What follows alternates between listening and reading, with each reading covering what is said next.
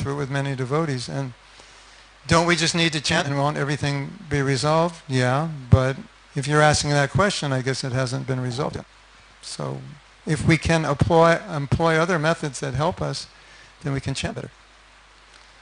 Lord Chaitanya said, chant in a humble state of mind. How do you do that? You just joined yesterday. You have to learn some practices, ways of being, ways of thinking. That's my realization.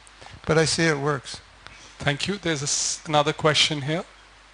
Yes. Hare Krishna.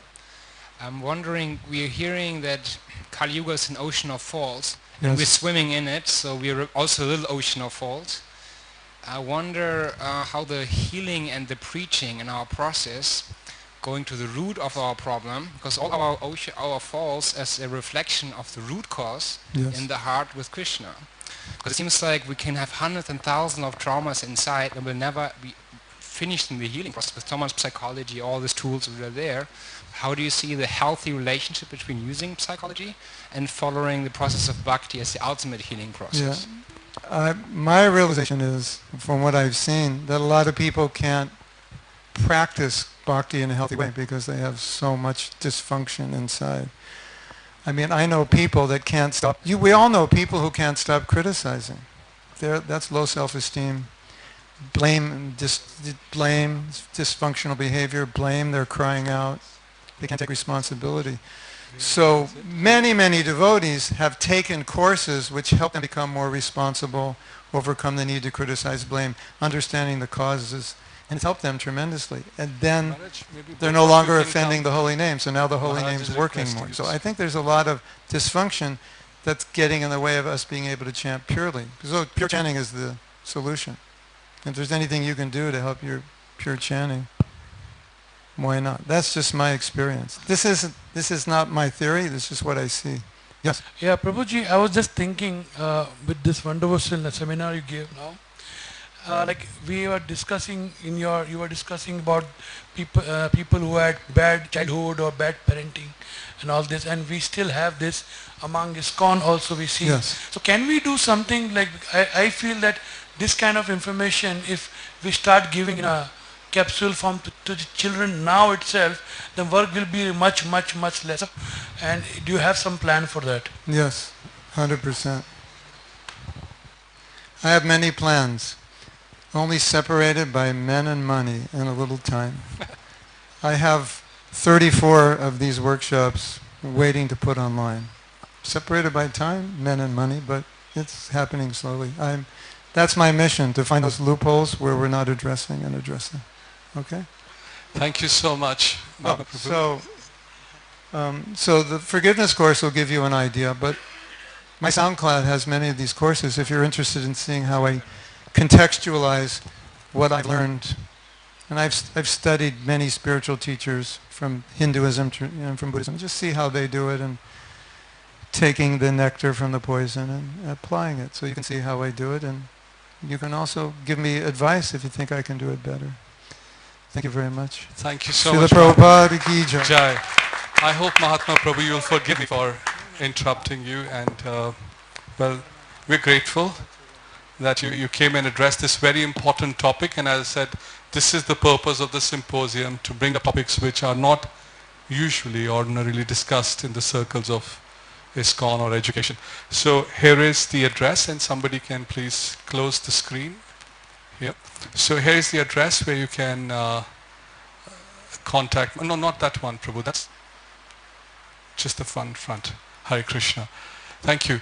Next, I would like to invite a special guest who, by Krishna's mercy, walked into our midst, and that's His Holiness Subhag Maharaj. And I request Subhag Maharaj to please address the gathering here in his views and his realizations of Srila Prabhupada's instructions with respect to education.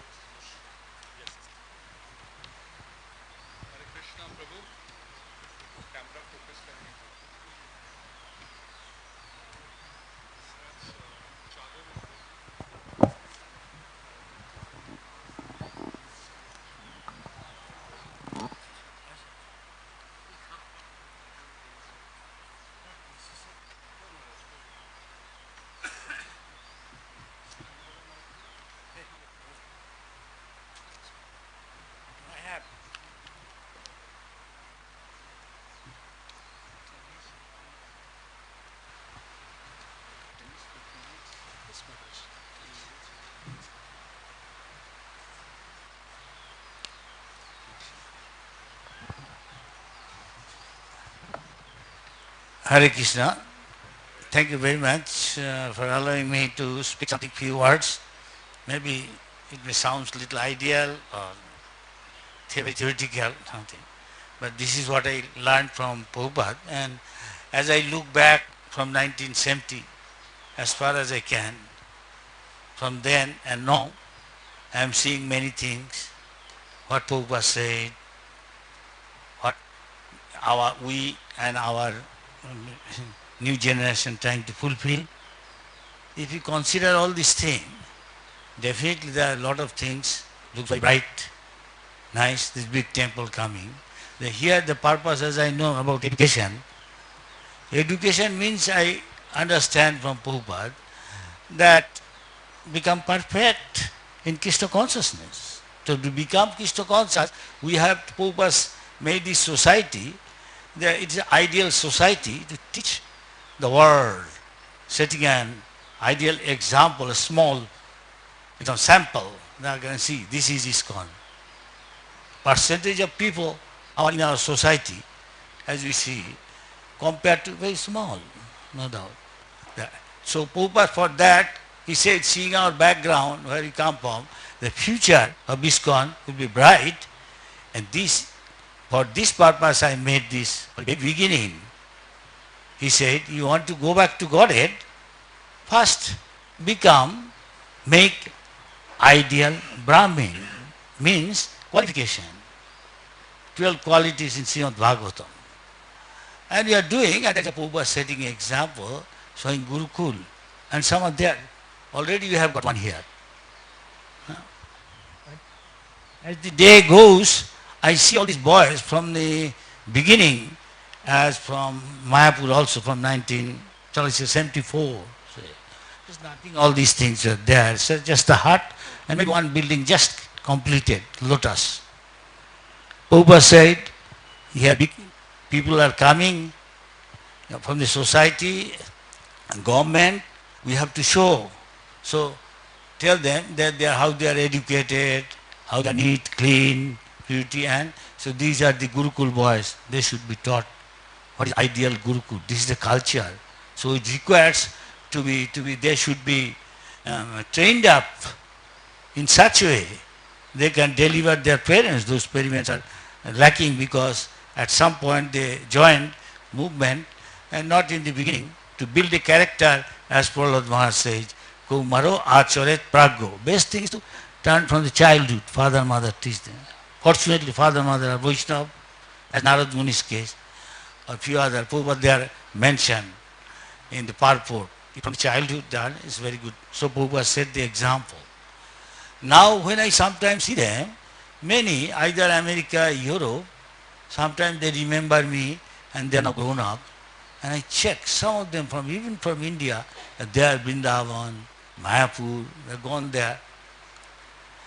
I find their life, what Prabhupada expected, not up to that point, lacking. So I don't know what is about our future of our generation, which Prabhupada said, this will be the future of ISKCON. And so, this is very important, our sense of value. What do you think Brahmin, what do you think Sannyasi? Up to top Prabhupada said, one day I asked one top authority, Maharaj, so what is the qualification? This is spiritual. So he said, Prabhupada said, one who is the best Vaishnava, they will decide everything. Otherwise it is material platform. It don't work, neither last long. And Prabhupada, that is why I said, do not change what I gave. Sometimes speaking, suddenly I thought some higher authority came down and said, I can tell. Maharaj, why are you telling all this? Some experience. I have to face, and Prabhupada told how to face. I politely say, these are future. I have to tell Prabhupada, say, this is change. Anyway, and what Prabhupada also said, if we change, what will be the consequences? We have to teach, this society is supposed to teach others. Means you have to have ideal society, Vedic culture. Somebody may ask me now a question. At once I sit down, Maharaj, you are very theoretical, only taking for this. No, Prabhupada showed us how to do it. So how much we have faith, conviction in Prabhupada's instruction, that is to be judged. We should be little introspective. If you are really, you have got faith in Prabhupada, and result will follow accordingly. There must be expansion, no doubt, to fulfill the desire of Chaitanya Mahaprabhu's message, every town, every village. But we should not forget there should be another scale also. Standard, purity, quality, and that is required. And this is the duty of us. We are supposed to be teacher. Brahmin means teacher. He knows ideal, make how character. And this is, we should we take it seriously. That is why I am asking. I don't want to just talk. You may ask question. Whatever I know is happening, many good side also. I will tell that, but I said I am not prepared. And sorry about my English may not be, I don't feel confident about what I am telling you, whether expressing properly. But I understand from Prabhupada, the moment character, purity, all these things are watered down, shall I say, watered down, and diluted, then it is becoming hollow, substanceless. And we cannot reach to others. We are at random change things, basically fundamental or basic teachings of Prabhupada, which all acharyas accept. Not in the name of time, place, circumstance, no. If you want to go back to Godhead, then the ideal character means he is decorated with all wonderful qualities of demigod. Of course there are devotees there, maybe less, maybe unknown, not recognized. Just Jayananda Prabhu. Many others, maybe. Some are recognized. There may not be necessarily in the limelight, but this is our duty. Purity. Purity is the force, Prabhupada said. If you don't have sadhana good, not doing even 16 rounds nicely early morning, not coming Mangalarti, taking bath, naturally will become weak spiritually and become susceptible, become victim of Maya. Maybe fall down, could be anticlimax. I am in a high position, but I am neglecting. I am not correcting anybody. I dare not. Please forgive me. But I am asking, this is for introspection, if I am right in my mind. It's a deep understanding. We must take Krishna consciousness seriously. At least some group of those who are teachers, those who are supposed to everybody expect. They should have ideal cases. To set an example. Of course, these are very lofty things, and some will say this is utopia, what you are saying. No, not utopia. And practical, the Prabhupada himself showed in his life. Why not others? There is a saying, like father, like son. As much as we have faith in Prabhupada and in acting accordingly, that much will get the blessing of Prabhupada, that much will manifest all the ornament of a devotee, his character. Without character, what is there? Nobody will listen to us. Nobody will respect us, our society. Prabhupada already said, you are a Brahmin, not your dress or others. Applies to. See, it's a matter of how seriously we take Prabhupada's words. This is the time Prabhupada said, in my book everything is there. Discuss with other devotees. What is the fault? Find out the answer is there in my book. Don't read other book. Finish my book first. It will take your whole life while you are reading other Acharya's book. Some case maybe.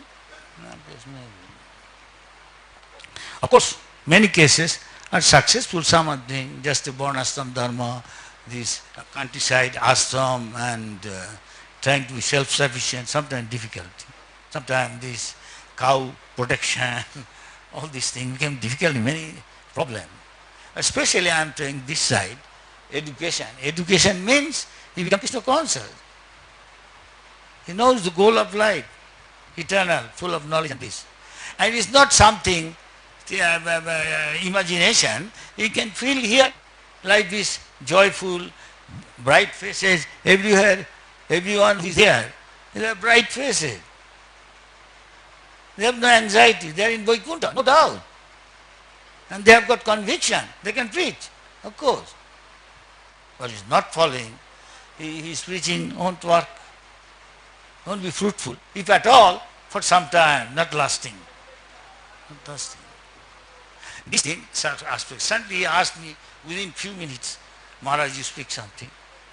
I may be a big mouth, but this is what I learned from Prabhupada, and of course I have some time with Prabhupada, alone and everything. It's a great responsibility. Everybody owns everything.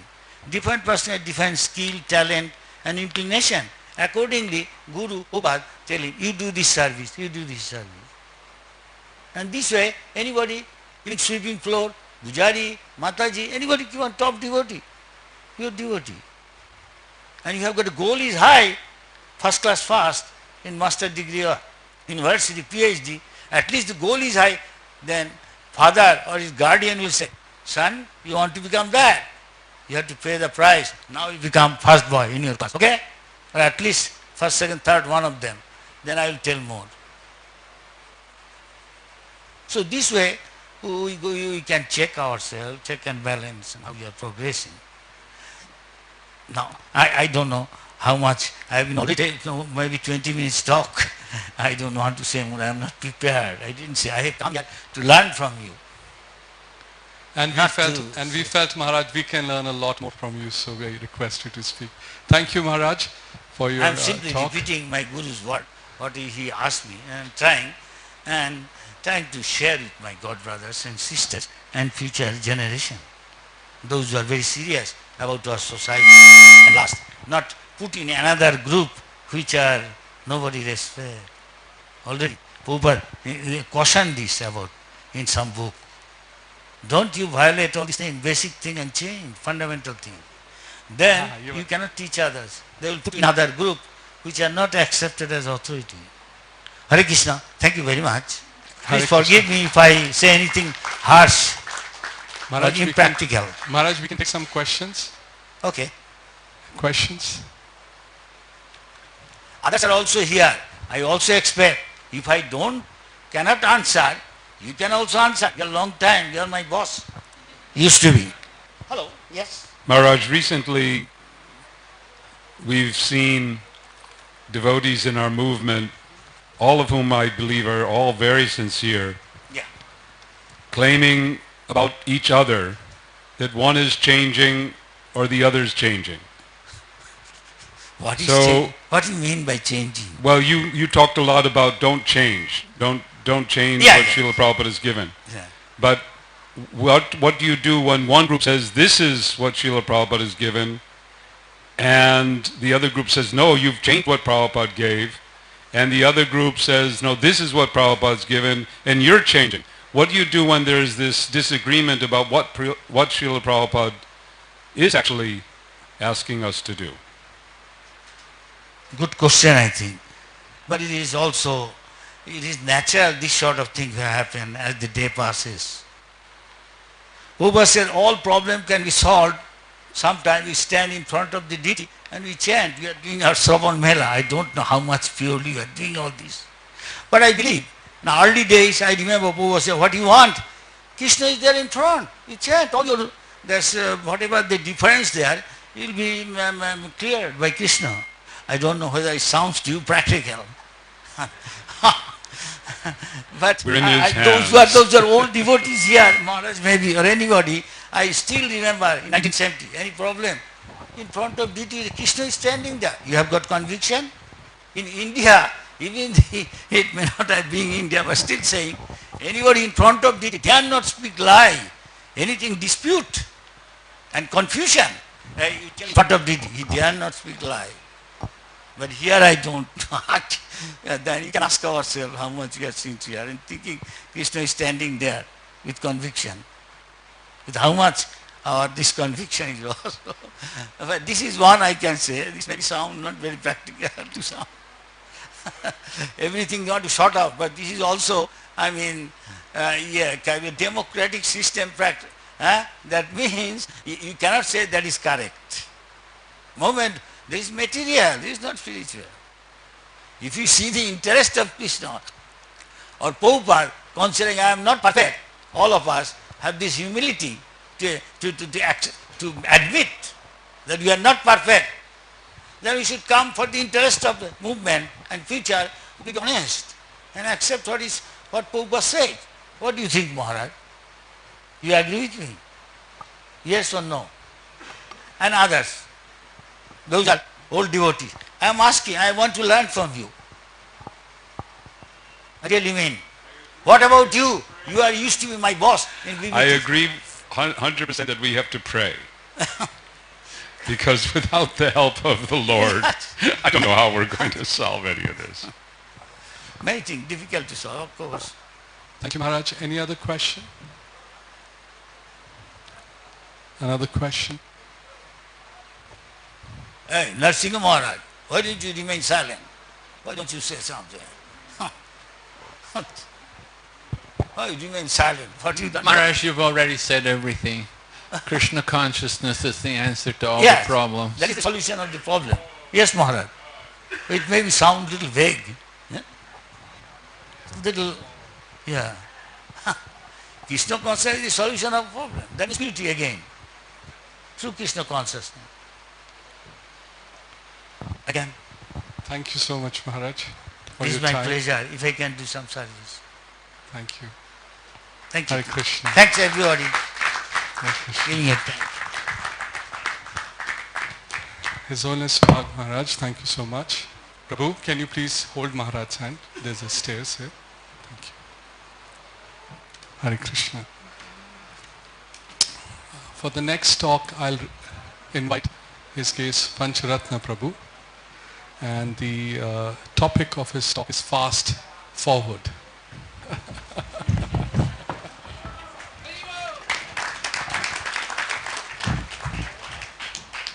Hare Krishna.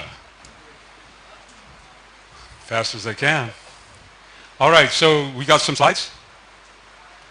Namo Vishnupadaya Krishna Prastaya Buddhale Srimati Bhaktivedanta Swami Iti Namine Namaste Saraswati Devi Gauravani Pracharine Nirvisesha Sanivadi Paschata Deja Tarine Vanchakalpa Tirubhyascha Kripa Sindubhyevacha Patitanam Pavanibhyo Vaishnavebhyo Namo Namaha. Hare Krishna. Fast forward, online education. So, let's see if this forwards. How does this work here? Okay. Online education is moving fast. You can see here, since 2000, since 2000, since the year 2000, the growth of e-learning has been 900%. So it's growing at a huge clip. Some of the e-learning companies are growing at the rate of 30% a year. But what we really need to understand is not just the growth of e-learning. Why is it growing? Because it works. It works really well. Studies show, as you can see here, that e-learning increases retention rates 25 to 60%. While the retention rates of face-to-face training are very low, 8 to 10%. Now, of course, this is training. Training's a little different from educating. This is especially when you need to develop a skill. You have to learn how to fix a flat tire or whatever it is. That is one of the situations. But even so, with e-learning, participants learn nearly 5 times more material without increasing time spent in training. So the promise is there. But to a large extent, my study shows, and I haven't done a thorough scan of the entire religion online field, but I find that to a large extent, religious organizations, spiritual organizations, are not embracing online, or they're not doing that much online as you might expect for various reasons. Some organizations, for example, say Art of Living, Ravi Shankar's organization, they don't want to put their stuff online because, number one, it doesn't really work so well what they're trying to teach, but also their financial model requires them to get face-to-face. in other fields, various Christian organizations and so on, their feeling is a little similar. How can we have transformation when we're educating people online? The online world is pretty much a mental world, whereas the spiritual world generally means that we are coming together. We're experiencing something together. That's where transformation generally takes place. Is that not true for all of us? It's associating, it's kirtan, I mean, that's our experience. So Christians and others, the Buddhists are the most ahead in this because their whole thing is mental anyways. So, you know, it fits right in. And of course, Christian universities, Christian colleges, Christian seminaries, Catholic seminaries and so on, they use online learning. But there is an opportunity here for us to see how spirituality can be taught, how transformational experiences can be engendered through online education. And what to speak of our more general needs, to be able to teach children, for example, and support them. Last year, I presented a seminar here on the good, bad, and the ugly of e-learning. And hopefully that was recorded. I think it was recorded. And I remember hearing earlier that the seminars from last year, or talks from last year, will get online. In that presentation, I talked about what were the next steps for educators in ISKCON. And we said that one of the next steps would be to create a coalition of online course developers, providers, and facilitators, to set up and start training, and to set up a course delivery platform and begin facilitating course providers. So how are we doing? Right now, I surveyed the online world. There's about 15 ISKCON entities offering online courses. There's 58 online courses themselves. That doesn't include 24 from the Oxford Center for Hindu Studies online, which is ISKCON devotees, but it's not exactly ISKCON. And it also doesn't include the soon-to-be-launched bhaktilearning.com. This is just a list of them, in alphabetical order, that are offering online courses: Bhagavad Mahavidyalaya, the BASE, or Bhaktivedanta Academy for Culture and Education in Chopati. The Bhaktivedanta College is up there with 10 courses online. This, where we're sitting here right now, the Bhaktivedanta Gita Academy, just last year, 2019, launched their program. Over the last 23 years, this institution here has enrolled over 18,000 people in learning the Gita through correspondence. And now they're starting to offer it online. Our own program, chantnow.com, we have about 3 courses. The Russian group that I'm going to also talk a little bit about their program, their site is club108.ru, is the kind of portal to their different courses. They have, well, I thought there were just 4, but actually I was just learned that there are 18 courses there. Of course, BhagavadGita.com is a devotee down in Brazil, I believe, Giridhari, who does a really kind of exciting course on the Bhagavad Gita. The GBC College has 8 of their courses online. Institute for Applied Spiritual Technology, based in America, they have 2 online courses right now. There's devotees in Silicon Valley who have put up something called Bhakti Roots, and they have 9 courses for new devotees. I mean, this is devotees in the congregation who are just wanting to learn the prayers and simple things like that. Over in the Manor, Krishna Wisdom, that does outreach, they've put one course online. Here, the Mayapur Institute has 2 of their courses online. As I said, Oxford Center has 24 courses. Another Russian entity called Psychology 3000 has put up a few courses. And my first experience with online education was working with my godbrother Dhruva Maharaj, who operates something called Sadhu Sangha Online.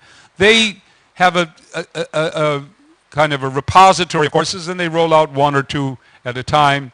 And then the Adi Online Educator, Sriman Sankarshan Das Adhikari, with his Ultimate Self-Realization course, last he told me he's about 21,000 or 36,000 people have responded to his email course.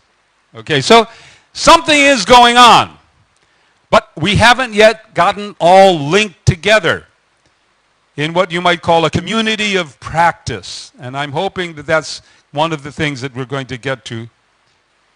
Bhakti learning I just mentioned, and you've already heard about the Ministry of Education Instructional Design course.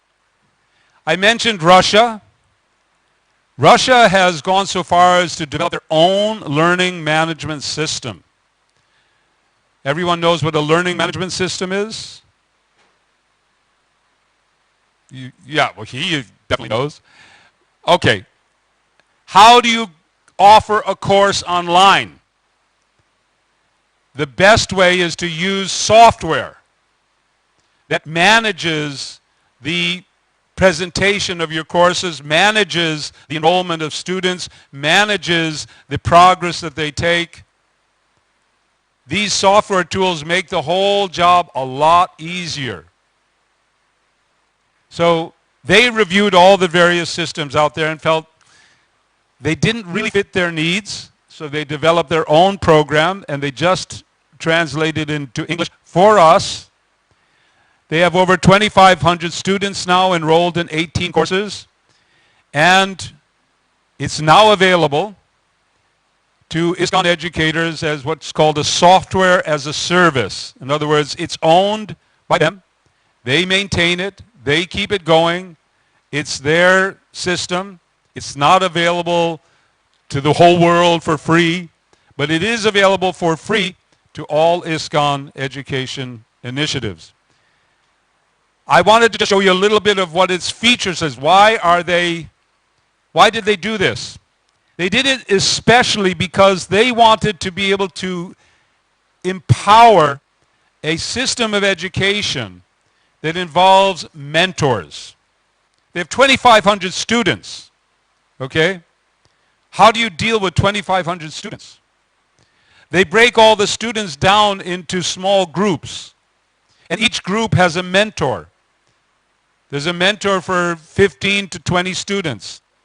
The mentors interact with those students. They watch their progress. They have a little dashboard like this, which shows their students what their assignments are, whether they finish them or not, various things like that. They have a little scorecard up here. Everything's color-coded. It's really well done.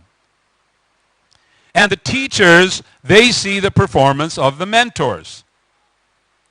So in this way, the teachers can oversee a large number of students by using these mentoring systems. They also built in something that is fairly unique, whereby students themselves or groups of students or the teachers can create special goals for their students that they can track online. So don't have time, and it wouldn't be appropriate to get into a full demonstration of this software, but it is a powerful piece of software, especially for that kind of content which is delivered in what is called synchronous. There's a date that it starts and there's a date that it ends, and that really benefits from facilitation. Now, if it's a self-paced course that you go through on your own, there are other tools which are perhaps better. So, fast forward. What do we want? 2020. Our proposal talking with Tapaniswar Prabhu, is that we're going to complete a course for training in online education. We're going to develop multiple global platforms for online course delivery. The Ministry of Education will be one of those. I'm working with ISKCON.org, the Ministry of Communications, and our own organization, ISKCON Online. We're working together to launch a e-learning platform for all ISKCON members. We should be building our community of practice. Just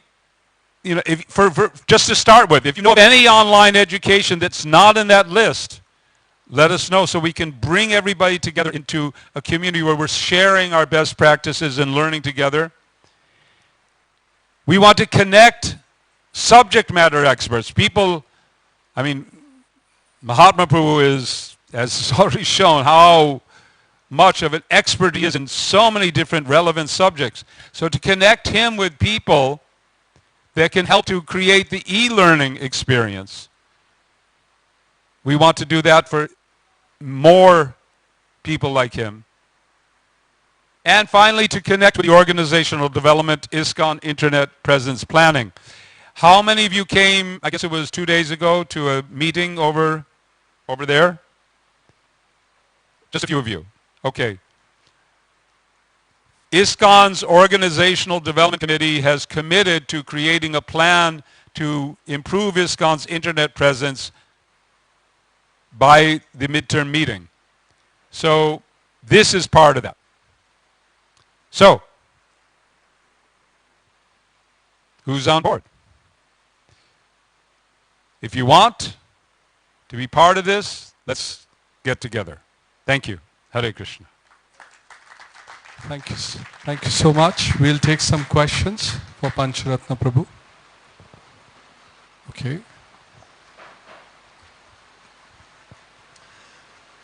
At the beginning you addressed it to some degree, Prabhu, but I, some years back, taught Bhakti Shastri online, and I found it personally as a teacher quite dissatisfying.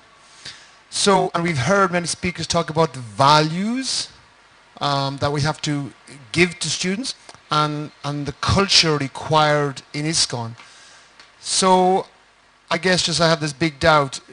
The online world seems to cut the value, educational, and the cultural part of the educational process. So how do you respond and address that?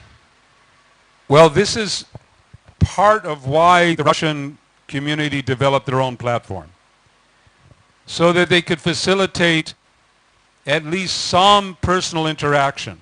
In fact, many of the mentors in their system hold weekly meetings, physical meetings, with the students. If they can't have a physical meeting, they do it through Zoom or Skype or something, but it's live, it's face-to-face, it is a place where people do get to know each other, and you can work on those values. But I would suggest that this is a challenge as much as it is a problem. You can see it as a problem, or we can see it as a challenge. How can we do this?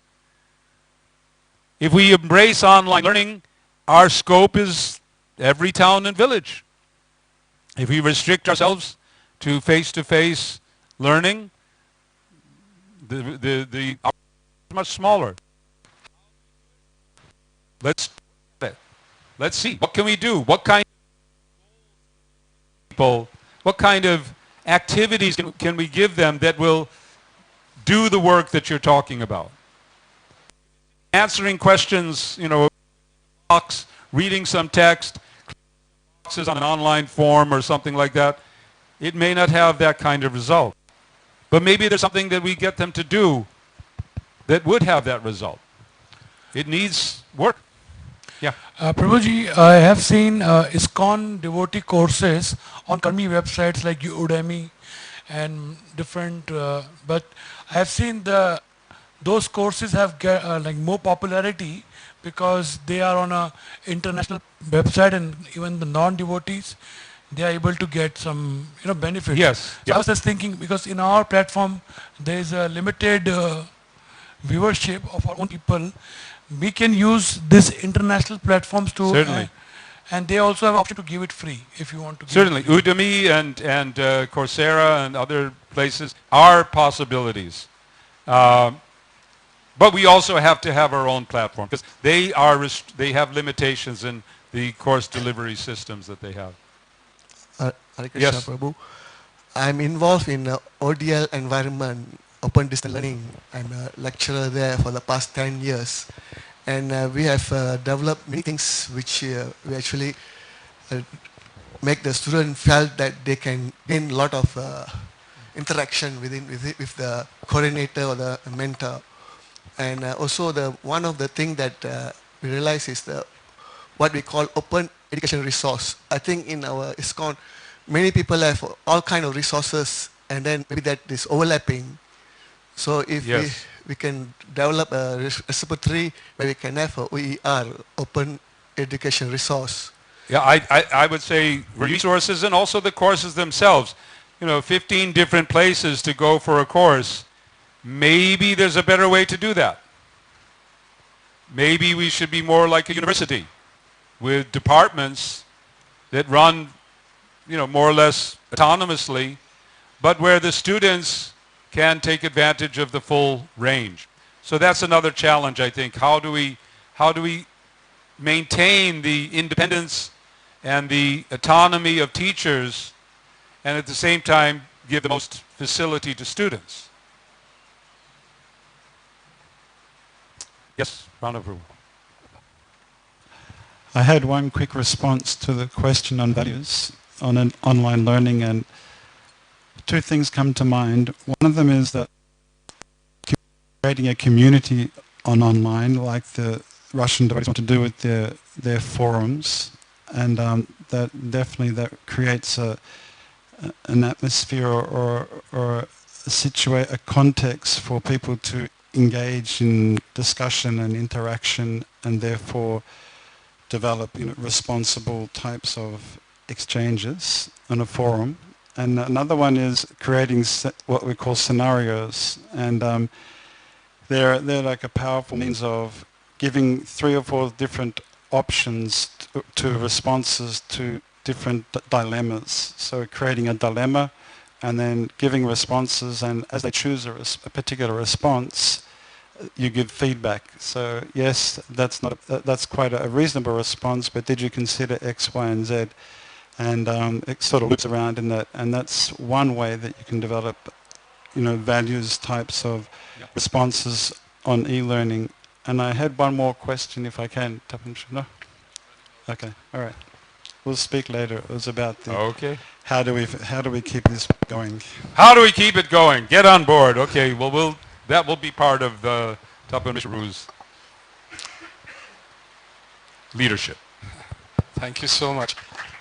Thank you so much, Pancharatna Prabhu, for sharing us such important statistics. And also, I don't think I've ever seen that kind of analysis, even though you call it a brief analysis, anywhere in terms of what the online effort is. Thank you. And if you want to participate in it, please do contact Pancharatna Prabhu. As I shared at the ministry, we are trying to strengthen. In the morning, I shared with you several projects that we're trying to take online. The next speaker I'd like to invite is His Grace Narasimhananda Prabhu. And we've heard about so many topics about education, and we'd like to hear from him on propaganda in education. Narasimhananda Prabhu, Hare Krishna.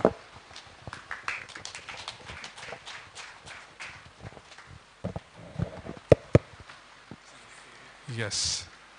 Okay, I'm going to need a little bit of help. We need to put one table on the stage for Prabhu. If I can borrow this one. There's one on there. Okay, please, if you can put that. Vanchakalpa Tirivascha Kripa Sindhu Vyevacha Patitanam Pavanebhyo Vishnevyo Namo Namaha Nama Om Vishnu Padaya Krishna Prastaya Bhutale Srimate Bhaktivedanta Swami Nityanamane Namaste Saraswati Devam Gauravani Pacharnine Nivishesha Shunyavadi Paschachadesha Tarine. Hare Krishna, and thank you for allowing me to speak. They say that you can tell a fool when he opens his mouth. So I'm a little bit nervous. I have an actual personal experience with propaganda because my mother and her husband, my father died when I was young, they actually began an institute for propaganda research back in the early 80s. They had seen a lot of Soviet propaganda being pumped into the libraries and to the school curriculums. They developed a very large library that was has since been donated to an institution, and in fact they had many encounters with politicians and scholars analyzing the way in which propaganda insidiously was injected into the consciousness of the social order. So I'm going to kind of approach it just so that you know that background of mine. And as far as 101, it's a very deep subject. I'm going to do it skim the surface as quickly as I can. And where are we here? Oh, okay. Do you want to give me that? I'll do it for you. Okay, next. So let's define what propaganda is according to how it's understood. We use English because Prabhupada was given that language to preach. He was instructed. So English is really our foundational language. We think it's Sanskrit, but actually that for us is where we have to look to Prabhupada's instructions. So propaganda is the spreading of information in support of a cause. Propaganda is often used in a negative sense, especially for politicians who make false claims. Anybody come to mind? And get elected or spread rumors to get their way. In fact, any campaign that's used to persuade can be called propaganda. It's actually originated with the Catholic Church. And I think their canon law was propagated throughout their hegemony. Next. So here's what Prabhupada's references are. That's where we go to get a start, to get a kind of a domain of where we're going to understand propaganda. He uses it, at least from what I found in the Vanipedia, over almost 1,300 times. So he describes it in this way. It's very interesting. Gorgeous, systematic, false, preaching wrong, newspaper and television propaganda, vigorous propaganda, damaging propaganda, Krishna conscious propaganda, real, powerful, counter-enthusiastic propaganda, conquering propaganda, inside and outside propaganda, wrong propaganda, bogus, homosex propaganda, good, scientific, Christian, British, bad, organized, hearing, Sankaracharya's propaganda. Indirectly, that is our propaganda, chanting Hare Krishna. Real, large scale, nice, side by side, selling books is our propaganda. Next. So propaganda takes many forms. The Indians are encouraged to trust the United States government. Global warming, next. The Indian Army needs us. And the U.S. Army needs those of us who are not Indian. Next. World No Tobacco Day. It's a good thing, benevolent. Next. We can do it. Women's labor power during the war. Don't you lose your life to drugs. There's all kinds of propaganda that comes at us. Next. That's propaganda. All advertising is propaganda. What isn't propaganda? Next. It can be really, good. Advertising is good. It's good propaganda. Next. And of course, this was propaganda back in the early days. So propaganda is used for all kinds of purposes. Next. And we use it in our contemporary times. Next. And we spread Krishna consciousness through the use of propaganda. Next. So, our point of propaganda should be that it's very good that you write this slogan, "In God We Trust." That's on the dollar bill in America, the US dollar. But nobody has got a clear conception of God, neither do not know what is the meaning of trust under the circumstances. So you have to learn it scientifically, and our propaganda is like that. Here's the best definition I found of what Prabhupada's his orientation towards our propaganda was: to teach actually what is God. Next. Next slide. So we have to make, Prabhupada says, some propaganda amongst them. Actually, it's the nicest possible thing. Simply they have to be convinced. That's a fact. Now people has to know how to make it known. Go to the newspaper, the magazine, the foundations, So one responsible, one, why one? 2, 3 men must move among them. And whenever required, if some big meeting is arranged, then I go also. And people should know about our activities, that we are not bogus. And Krishna consciousness is for everyone. It is not Hindu propaganda. He makes that distinction. Next. Now, in direct propaganda, the public is aware of the purpose of propagandists. You know when you see an ad for a car that it's the manufacturer of that car that wants you to become attracted by the contact of the senses, the object of the senses. Attachment develops, so here's the contact, first contact. Campaigns taken up by the government, social organizations on family planning, literacy, women's welfare, dowerless marriage, education for all. It's everywhere you go. It's here in Mayapur. And it's even in places that you don't see. Next. Indirect propaganda. Now it begins to become a little interesting. It refers to that type where we're not aware of the objective and the purpose of the propaganda. Example, where my mother and her husband, my stepfather, they tried to show that these books that really were funded from foreign countries, but there were so many different ways in which that was covered. Very difficult to reveal these things. It's somewhat concealed, and the technique is to change views and ideas and beliefs and attitudes of people in a very tactful and subtle manner. ISKCON examples include how we use it: book distribution, bhakti yoga retreats. It's kind of a little bit, not direct. Prasadam distribution, stress management courses and relationship and science seminars are often by devotees. Those are also examples of indirect propaganda. Next, please. See where I am. Okay, so now we have the conscious and unconscious propaganda. It's getting a little deeper. Conscious propaganda is done purposely and with some intention, like a Srimad Bhagavatam class. It's conscious propaganda. We're propagating the principles of Krishna consciousness. But in unconscious propaganda, the propagandist has no intention to propagate something. It kind of appears accidentally and unknowingly. For example, a teacher, not necessarily Gurukul teacher, but any teacher, may have an agenda with his students, might be a pedophile. And that's an indirect kind of propaganda that doesn't immediately appear. I remember I had in the Boy Scouts, I always wanted to go in the car when we went into our camping trips with the Boy Scout leader. But he always picked 2 other boys. Many years later, I found out that he was abusing these children sexually. But who knew? It was so unconscious. So in education, the hidden agenda often is undetectable for long periods of time. Next.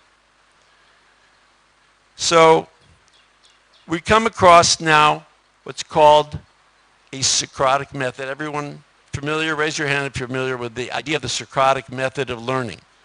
Okay, if you're not, we're going to give you a quick next. I cannot teach anybody, said Socrates, anything. I can only make them think. So, this really goes along with the idea of being independently thoughtful. If there was any 2 words that stood out for me and that I've, since 1986, when ISKCON kind of imploded and everybody who was following a certain type of thinking, you had to rethink all of your values. How did I get here? How did I support these kinds of activities and behaviors? And how am I going to avoid that in the future? Next. Different strokes for different folks. In the highest Socratic expression of the Western model, education has no ulterior or selfish motive, like propaganda does. And within social norms in which the education is offered, the Western idea is to increase the independent thinking and decision-making power of the individual. Next. So there's different types of schools. And in the Asian models, there's usually a little more emphasis on social responsibility. In the religious schools, there often is an exclusive exposure to dogma. Next. Now this Socratic kind of focuses on giving students questions, not necessarily answers. I mean, we give the answers, but Prabhupada was very pleased with this idea with Brahmatirtha of perfect questions, perfect answers, and it goes very nicely with the Socratic idea. Next. And we model an inquiring, probing mind by continually probing into subjects with questions. Next. Not unlike the questions of the sages of Naimisharanya to Sukadeva Goswami. The difference is, and it's a really important difference to make, is that the sages accepted those answers as 100% authoritative. It was a descending knowledge from pure devotee. Next. I'll tell you a little story in that regard. In the 1970s, the Hare Krishnas, we were known as the people with all the answers. Really, that's how people in the US and Canada saw it. Oh, those Hare Krishnas, they know everything. And we were, because the world for us was very black and white.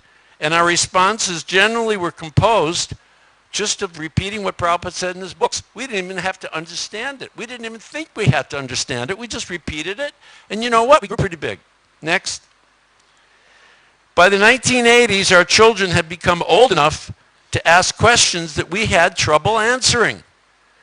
How is Srila so-and-so a pure devotee if he's yelling at the devotees and calling them bad names? And those fake moon rocks, are they fake in the museum? And don't the horses carrying the sun get too hot? There was a multitude of questions we couldn't answer for our kids. Next. Well, bear with me.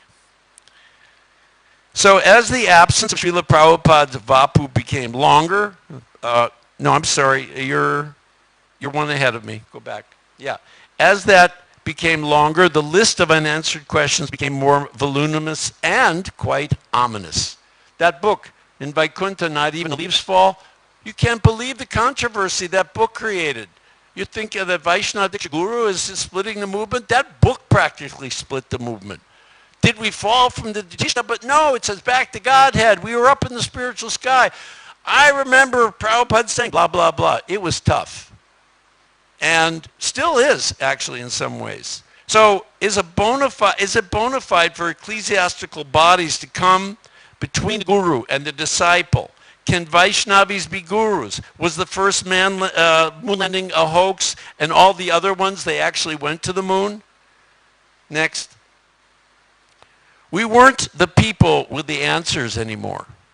We were really arguing amongst ourselves, which continues to some extent today. Next. And we were imperfect devotees and imperfect answers often. And our children looked to us for stability, but we could only offer our own interpretation after losing a sense of near certainty, which was there in the 70s and the early 80s. They were left to their own inquiry and realization. And our propaganda campaign became fragmented, it became disparate, and quite contentious. Next. Now, our Gurukulas still stress the dogmatic approach, which transitions to a more Socratic model as the child matures. And this hope, the hope is that the core values and beliefs instilled in those formative years stick. And I'm not going to question the issue of propaganda in early education. It's axiomatic that the parent has a prerogative to place their child in an environment that nurtures a belief system of their choice. But what is more interesting and what is more imperative is to ascertain to what degree and to what way our educational institutions continue propagandizing as the intellectual capacities come online with age. Next. Huh? No, I can see everything here. That's later. Go back. Yeah. Both education and propaganda communicate knowledge. But the knowledge communicated through modern education aims at finding and not knowing the truth. The student makes independent judgments, and the process of Western education is devoted to an inquiry of the truth and seeks to look at it at all sides of a complex problem. And the goal is to develop the critical faculty of the individual. Next. So on the other hand, propaganda offers ready-made ideas and hence discourages inquiry. So rather, its sole purpose is to see that a person accepts. He would have to have been born as a saint, because thus in sum, education encourages free thinking and critical analysis of all respects, while the propagandists discourage such thinking. And in our case, that means cultivating acceptance of authority. That's what the propaganda is. And I don't know how many parents will be happy if their student, their child, becomes a sycophant of the teacher. They look to their child to have the same freedom of inquiry as they did coming to Krishna consciousness. Propaganda can also operate by sharpening a bias selection, a suppression, an emphasis or a distortion of relevant data, and denies a hearing of the rival approach. That's how it operates. You look at North Korea as an example. They try to shelter their people from information, and thus they're brainwashed. Next. And they can go with the tide of current public opinion.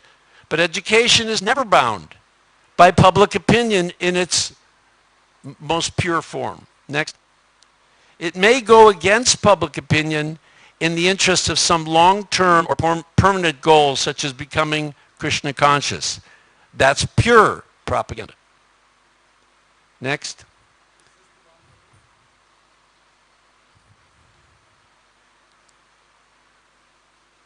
Although the educator and the propagandist are both concerned with the discrimination of information, they have nothing else in common.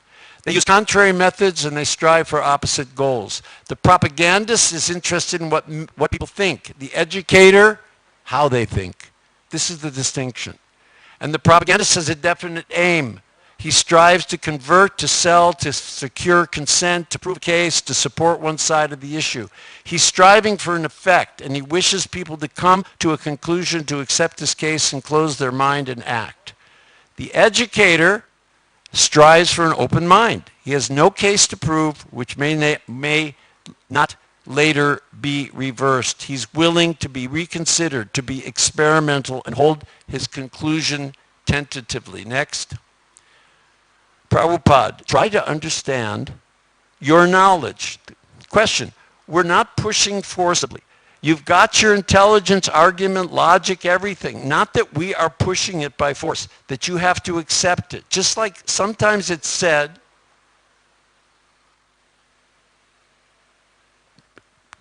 please? Thank you.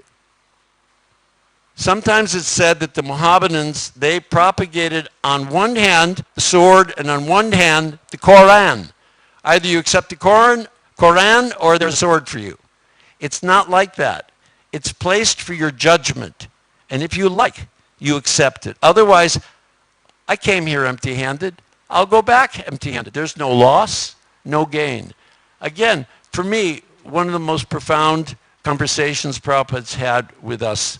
And I hope to live by that the rest of my life. Next. So I think we saw this, right, already? Although the educator and the propagandist are both concerned with discrimination of information, they have nothing else in common. We saw this. Next. Education places all the positive and negative aspects, pros and cons of any subject matter before the students, and this helps in enlightening rather than confusing them. There are no guarantees that anyone's mind will choose sadhana bhakti. Despite all the benefits of being educated in a Krishna conscious environment, the majority do not take up the process of sadhana bhakti as a primary occupation. However, the education, though not Vedic in the sense of the student seeing the teacher as guru, the man with all the answers,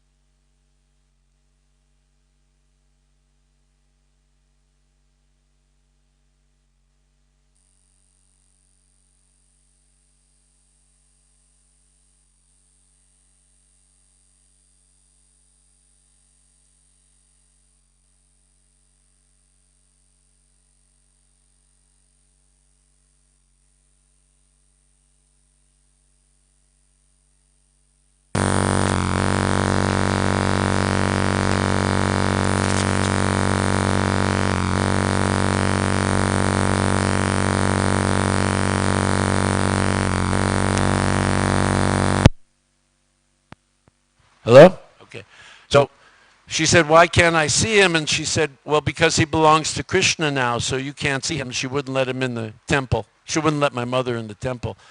Thus, my mother became one of the founders of the anti-cult movement in America, with good reason. I just want you to know, my mother traveled with me in India about 20 years ago, went to Vrindavan, took darshan, had her birthday there, came to Mayapur, went all over, stayed with the devotees, and she tells me that it was the best trip of her life. So one may think that just because somebody has had some prior negative experience that they'll remain that way all their life. Not so. We've seen so many people who have been the victim of false propaganda, or just even in the form of one person's reticence to give up their bhakta to their mother. But that doesn't mean that that propaganda cannot be reversed in its effect. So that was the result in the final analysis of Prabhupada's mercy towards myself and my mother. Any other questions? One last question there.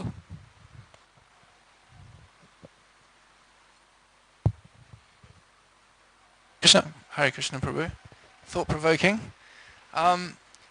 Prabhupada seems to indicate that there is negative propaganda that is against the purposes of our movement, and positive propaganda that he wants us to do on behalf of our movement. So how does that reconcile with letting people come, have their own conclusions? Aren't we supposed to help lead people to the conclusion of Krishna consciousness?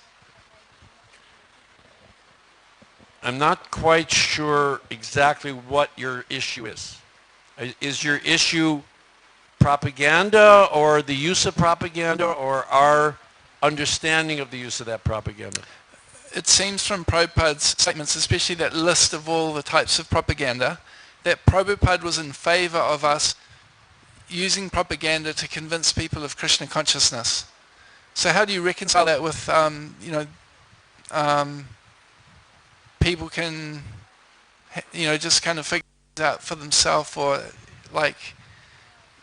Prabhupada never wanted to force anyone to do anything. He wrote my mother, when my mother said, I want my son to send my son back. She wrote him.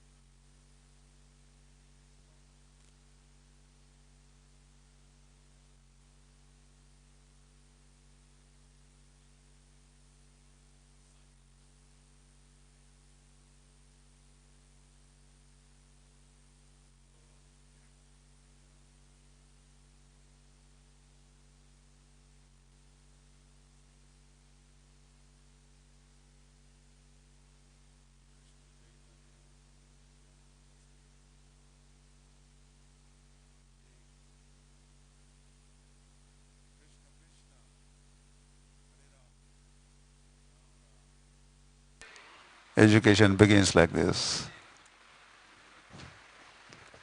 and it never ends.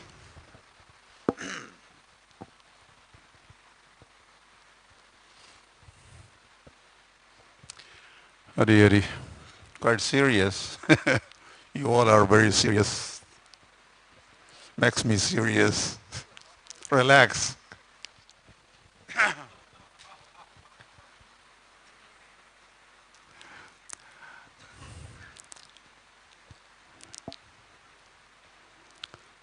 It's kind of different setting. I never, rarely experience like this. And I usually, when I talk for 3 hours for 7 days. I'm not used to this TED talk.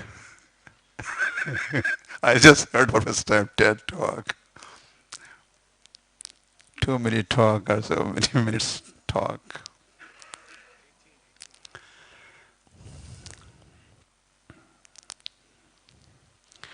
And when there is a long talk, then you don't have to prepare.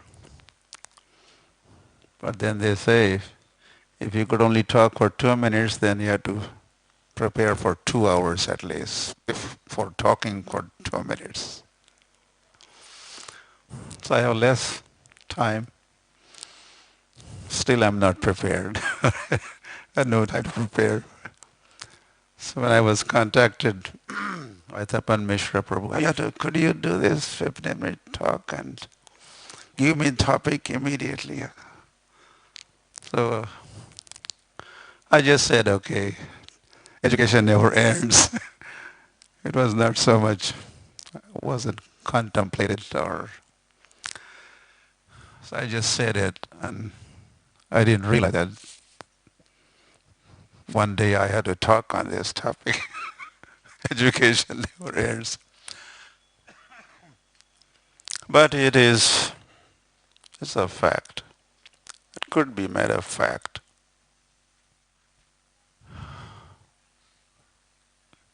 Learning from womb to tomb. Education begins right in the womb. And a child learns by age 3 or something, they say, all that he would know, or big percentage of that he learns by age 2, 3. So learning begins in the womb and it goes on.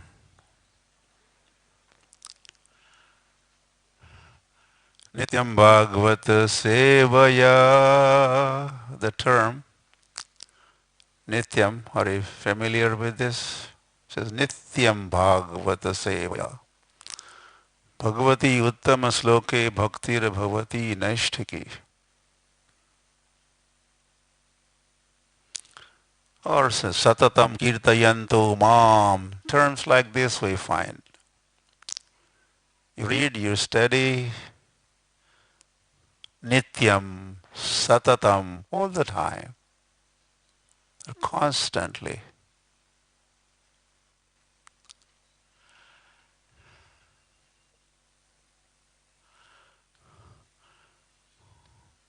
Leaders are what?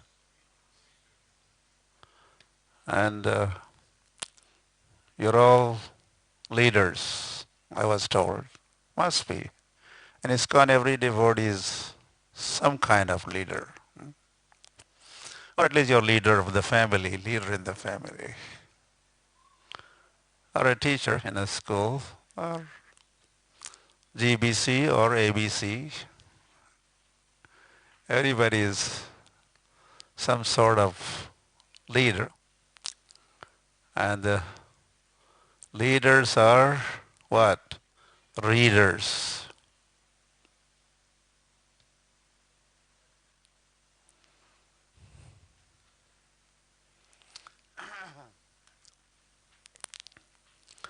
Some months ago, I came across this news. One lady from Kerala. Now, she never went to school. She was illiterate throughout her life. Now she is 105 years old, not having done any studies. She was regretting. So she decided to catch up, and she managed to have a teacher or tutor, and she appeared in fourth standard exam, and she passed at the age 5. So it's never, it's never too late. I thought quite an example.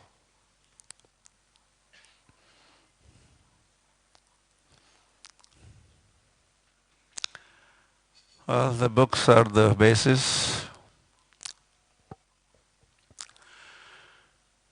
There is Bhagavad Gita. We could study. Prabhupada called that as primary education.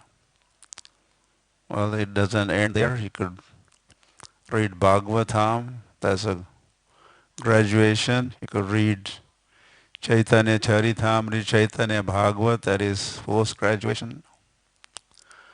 And if you want to be specialized, PhD, there is so much. Gaudiya Vaishnava literature has no end. So deep and vast, and there's an ocean of knowledge there. But how much could we? Yeah, so you could go on reading and learning and learning and learning and never ending.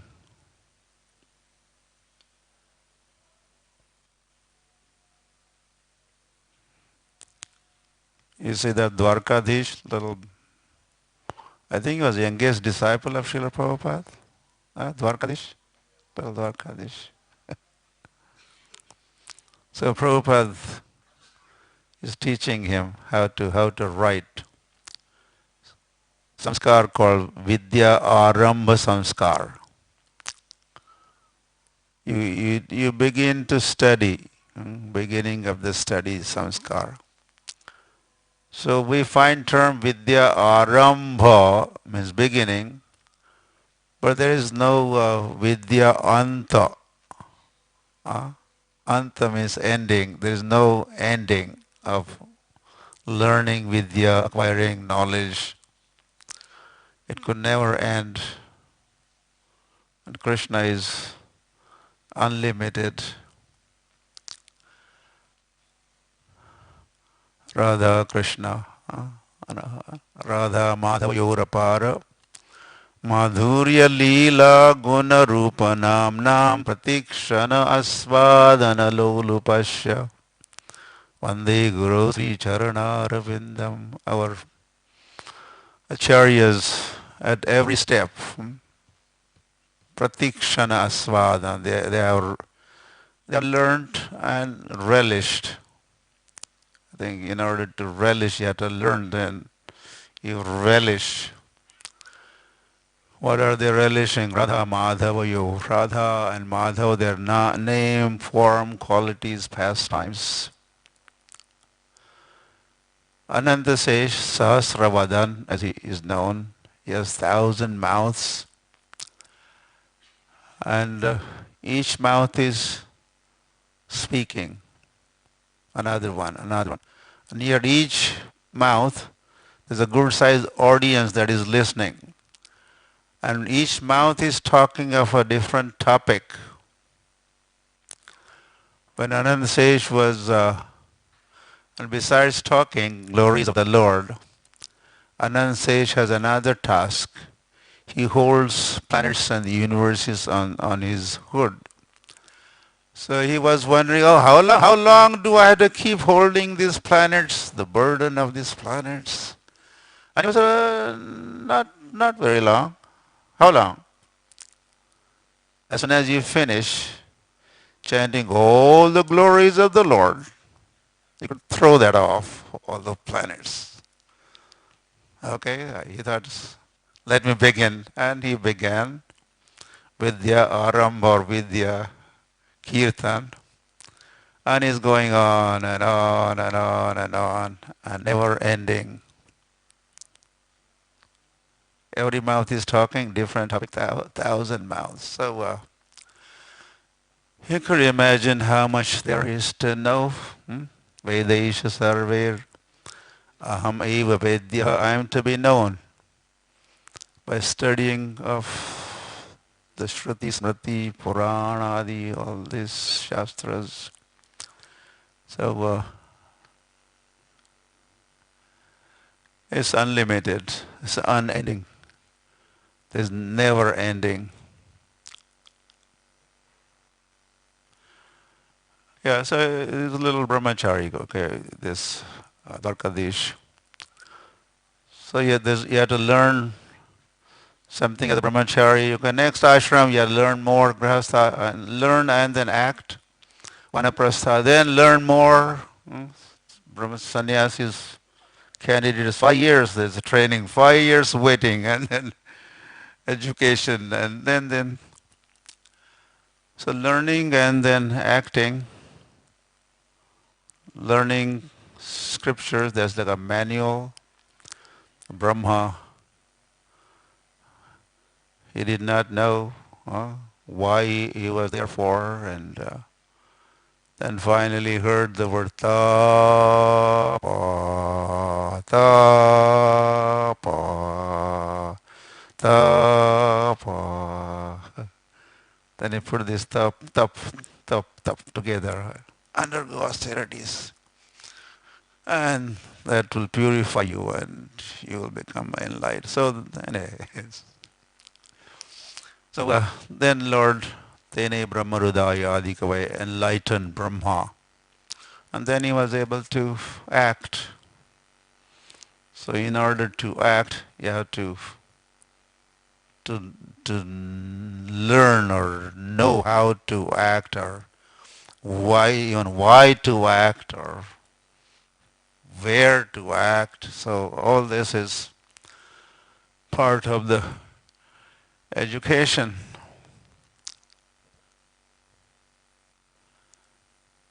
Yeah, Srila Prabhupada gave us the books are the basis.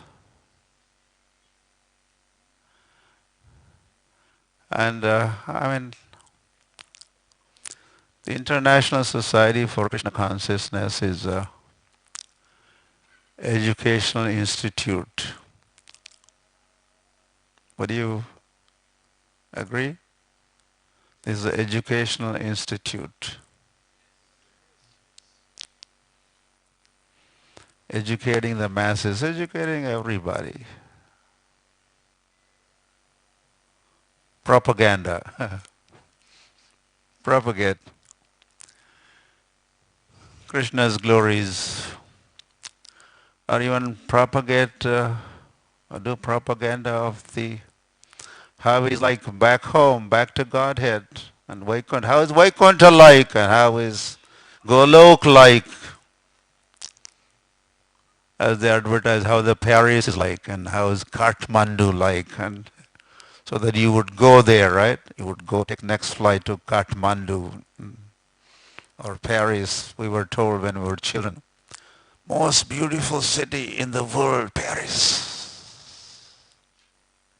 So that kind of propaganda, and then we think of going there. So our scriptures are doing propaganda of what is, of course, what is Krishna like, and what is his abode like, and then we contemplate and make the flight booking. You don't have to do the flight; it will be arranged. Flight will come to your doorsteps. Oh, here's a cow. So the animals eat twice as they are grazing and grazing. they gobble up and fill up their belly. And then they sit down and bring that same chewed, initially chewed food back into the mouth, and they do what? Chewing the cud. They make it into finer pieces and make it juicy and rust, and then they drink or eat that second time, and that from that comes the blood and then energy, and not from the first time that what they ate. So in case of learning, we need to do the same thing. That happened in Padma Puran. There's a well, now I'm going backward.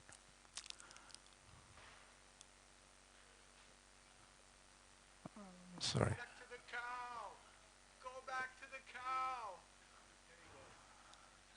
Okay.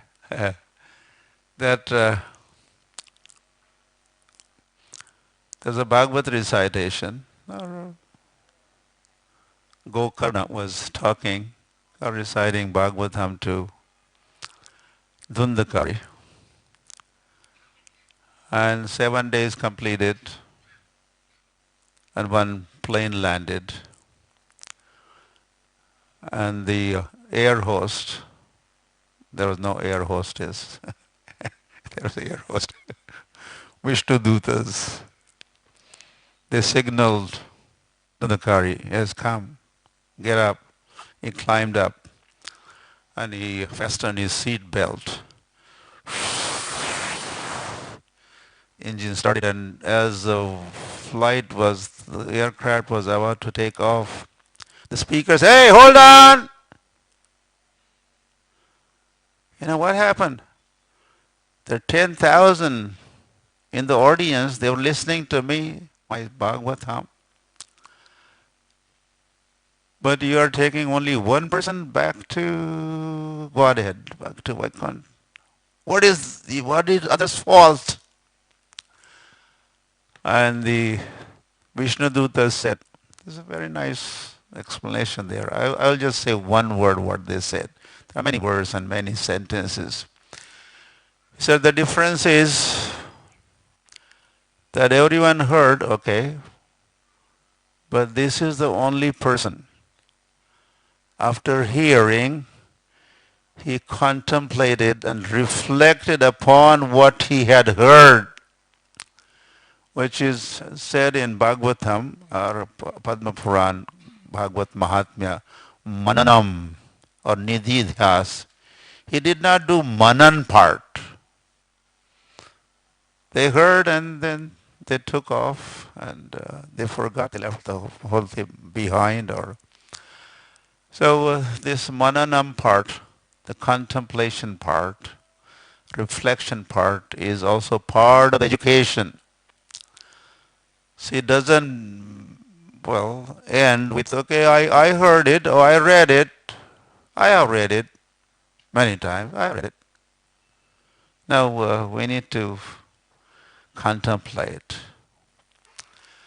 so that we do not just accumulate some information, but we wish to assimilate. Assimilation has to happen. And not just information, but as we always say as a preacher, transformation. Something that will transform us. Transformation. So education goes deeper. It's not limited to the classroom and then after how you act and how you contemplate and how you reflect and how you make out, and then that becomes your property.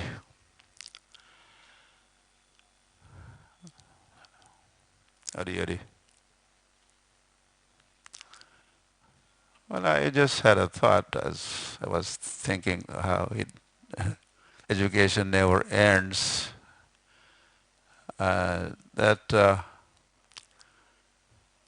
we have senses. One set of senses are called karma indriya. Other one is jnana indriya. We acquire knowledge with the five senses. We acquire knowledge. We become educated by using all the senses. Rishikena, definition of bhakti also is Rishikena Rishikesha Sevana Bhakti Ruchate. When we employ our senses in service of the master of the senses, senses are, well, mounted to this body or they're part of this body, but we are not the proprietor. There's a Rishikesh. Rishik means senses, and Lord is Rishikesh, is the master of the senses. So when we employ our senses in service of Rishikesh, then that is bhakti. So we could use all the senses to acquire knowledge. And I was thinking when we go on parikrama, there's so many sounds, and even the dust there, or as we swim in Ganga, that touch of Ganga, that is a learning experience. In the field with other senses, we are acquiring knowledge, or we may be embracing devotee. Touch his feet, that touch. There's experience. So with all our senses, we are acquiring knowledge. So it is not just when we are reading, we are acquiring knowledge. And everybody goes on parikrama. I'm doing something. Huh? No, I'm sorry. Go back. Okay. I'm not supposed to be going back, going forward, never ending. Okay. There you go. Everybody. Now, I'll get used to this. So Vasudevi Bhagavati Bhakti Yoga Prayojita Janati Ashviragyam Jnanam Chedahitukam. So sounds familiar? The first canto says, so how do we acquire knowledge? This verse, Bhagavatam says, as one performs devotional service, Vasudevi Bhagavati Bhakti Yoga Prayojanayati. This produces bhakti. Bhakti gives rise to jnana and vairagya. From bhakti comes jnana and vairagya. And there's a small family. Mother is Bhakti Devi and she has two children. One is Gyan, another one is Vairagya. So by performance of devotional service we acquire knowledge.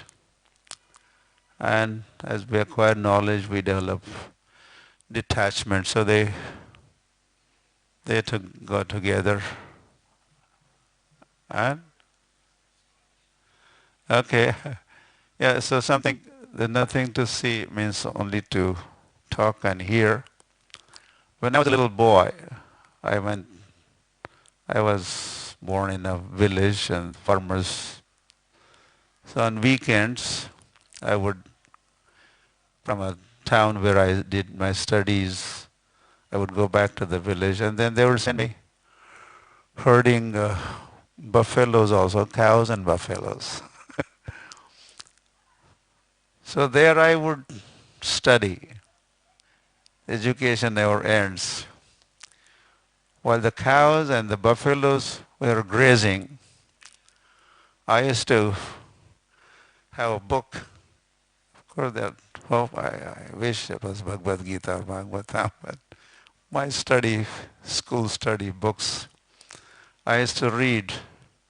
And as a cow is proceeding, I would, with sidelong glance, I would keep an eye and follow her while reading, studying my school textbooks. So I, I did that. So education never ends. It was happening in classroom and then it was happening in the fields on the, and the I was thinking the animals were grazing, eating, gobbling up, and I was also grazing. I was also eating. I was also drinking, whatever knowledge that I was reading. So both animals were being fed and I was also being fed simultaneously. Now that habit has remained with me to this day. I keep reading, keep hearing or studying. I travel with, I wish I could have done that. I do not travel with the deities. I travel with books. I travel with the scriptures. And sometimes my associates have noticed that sometimes I'm eating with one hand and I have a book in another hand. And both things go on. And of course, you could have heard the lecture, which also I do. Or you could, especially traveling from, we are busy people, and no time to read, but there's so much time. During travels, you could read. I always do this myself. I asked Radhesham one time, why don't you fly, You always go by train. He said, this is my reading time. So going from place to another place, so you achieved that, but on the way, what are you doing? You could be reading. Hari Hari. And so back to Nityam Bhagavata Sevaya. And I have to end somewhere, right? And as you are arriving, I think you're giving me signal. But I want to end with this quotation. Bhagavat is the only guide. Read Bhagavat. Repeatedly, whole life, safe, always, always. Whenever there is time, read, read, read. So my time is up. My topic is education never ends, is ending here, but the education does not end. We have a education ministry, and we have a wonderful minister now, Tapan Mishra Prabhu, and I wish all the success for the ministry, and I'm confident he will make sure education never ends. Right? It goes on and on and on all over the International Society for Krishna Consciousness, and education for everybody, because this International Society for Krishna Consciousness is educational institute. Prabhupada ki jai. Maharaj, can we take some questions for a few minutes? So we'll take some questions, Maharaj. Yes.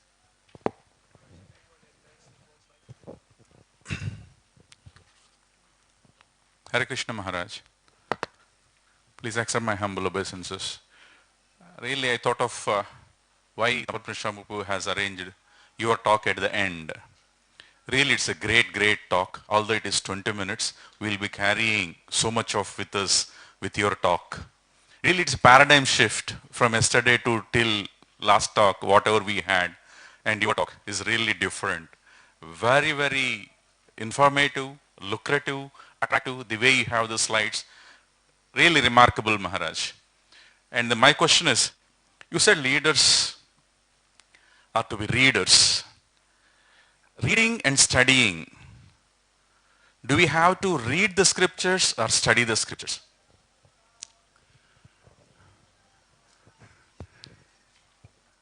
I think you read newspaper, but you study Bhagavatam. Yeah, so there's a difference. But sometimes, one time I noticed in Noida, some old folks, elderly, they were sitting around, and one person was reading newspaper. And then he would read a paragraph or so, and others would make a comment. Then he would read more, and others would make a comment. I think they were doing scrutinizingly study of the newspaper. Nana Shastra Vicharinayika Nipuno Sadharma Samstapako. Yeah, so Shastras are, well, first time you could read, but you should read again. That's study. And next time as you read, you'll understand more, some deeper meanings. You could take notes. If you did not understand something, you could discuss, as you are raising question here now, you could have some Ishtagostis or study circle, and discuss. So go deeper. So that's a study. So reading is running through it, but studying is read or stop, think, read more, stop, think, maybe discuss, and like that. So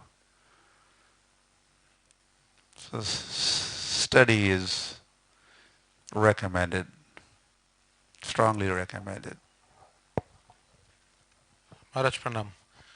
Maharaj, ISKCON is a education movement has been stated by you also, by the minister also. In Mayapur is our headquarters, and when people come here, devotees come here, they have a lot of time here. They are fully dedicated to Krishna consciousness. There are a lot of courses here, and for example, like some courses are in the core program, some are a little not so much familiar, devotees are not familiar with. For example, like I'm promoting something which is related to cow therapy and all those things. The Maharaj, my question, the problem that I'm facing is that the information about the courses, let's say I'm talking of Mayapur, there are a few notice boards we can put up where people go rarely, and where people go spend a lot of time, which is in restaurants and in the lobbies. There we cannot put up posters, I mean because of protocols and whatever. So Maharaj, on a broader term, can this education or information at least about educational programs be blended with in a restaurants, like with a menu and with the restaurant Prabhupada courts, at least information about the programs. Education minister, you can turn to him and he will. I mean, Maharaj, your kirtans go on in Vrindavan, so that's a good thing, but so we are trying, Prabhu, to provide information through the ministry about the various programs. So within this year, through our database, you should be able to see the various programs. Sure, we will try. Thank you. We'll take another question from Prana Prabhu here in the front, please.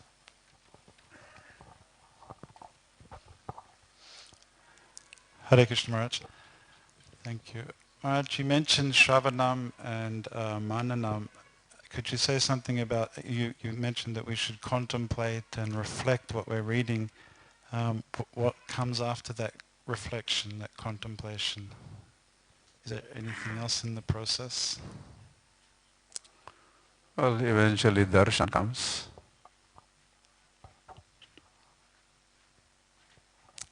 Or the realization comes. This is same as jnana vijnana sahitam brahma karma sabhavajam. Jnana is the knowledge that we read or acquire, but that has to be translated into action or apply that and realize.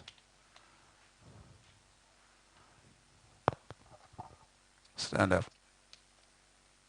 Just see. Okay, sit down. Good that he stood up. But sometimes someone is asked to stand up or sit down and he doesn't do so. Then the speaker could say, the person, just see, he doesn't listen to me. He's asked to stand and he keeps sitting. He doesn't listen to me. Is that right or wrong? I'm right, because he's not doing as per instruction or expectation. So he has heard, but there's no action. There's no stepping forward or getting up or getting down. So he has heard, but not heard at the same time, because he's not acting as per that knowledge or instruction. So jnana vijnana sahitam. Realize, says, as one contemplates what he has heard, and eventually, like 6 Goswamis of Vrindavan, they used to see Krishna's pastimes, what they have heard and contemplated, manan happens, and then they see that Krishna's eternal pastimes are going on. Or Brahma comes here, Antardvip, undergoes austerities and penances and prayers, and the end result is he ends up meeting Gauranga. He had a darshan of Gauranga.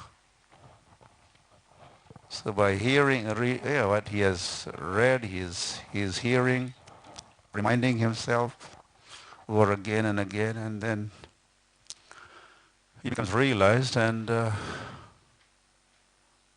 Lord Gauranga, this is his eternal pastime place. He realizes he could see all around. Adhyapiya Adhyapiya Gaurarai Kare Gaurarai Lila Kare Gaurarai Kona Kona Bhagyavan Dekhi Bare Pai. It's a very famous statement that Adya Api, even today, right now, Gauranga is performing his pastime. Kona Kona Bhagyavan and Jnanavan and Atmavan and Mananvan. Some rare person who has realized and contemplated and all these pastimes and convinced. Are you convinced? Are you convinced? Such person could see Gauranga's pastimes happening right now, right here. So that's the end result. I mean, you end up entering Krishna's pastimes. Those queens of Lord Sri Krishna from Dwarka, they were brought to Mathura, and they were missing Krishna. So they were wondering, where is Krishna? Where is Krishna? Where is Krishna? Then it was arranged that they would listen to Uddhav, and they go to Kusum Sarovar. They begin kirtan, and Uddhav appears. And as Uddhav was reciting Krishna's pastimes, and this went on for 30 days, and after 20 days or 25 days, as all the queens were listening with the rapt attention, some of them started getting up. They were getting up and they're going somewhere. They are disappearing. So there were 16,000 in the beginning, and there were 8,000, there were 4,000, there were 2,000, 1,500.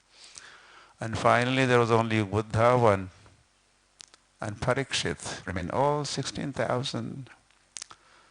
So what happened to them? They became Nitya Leela Pravishta.